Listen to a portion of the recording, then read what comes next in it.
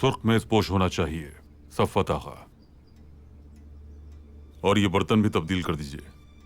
आज यिल्दिज़ के कारखाने के बने हुए खास बर्तन ही इस इशाइया में इस्तेमाल किए जाएंगे। मेरे सुल्तान, आप तो जानते हैं उन बर्तनों में एक छुरी कम है। जानता हूं।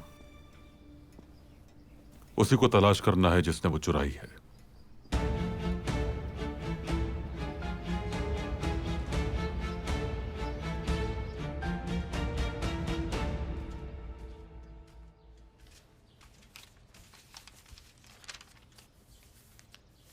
इंतजाम हो गया?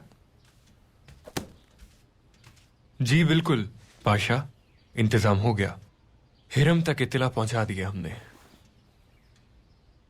वो आज शाम अहलामार के जंगल में आएगा। वो तो आ जाएगा।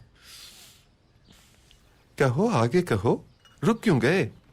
हिरम आज शाम निकल तो जाएगा, मगर पायतख्त के तमाम दाखिली और खारजी रास्ते बंद हैं।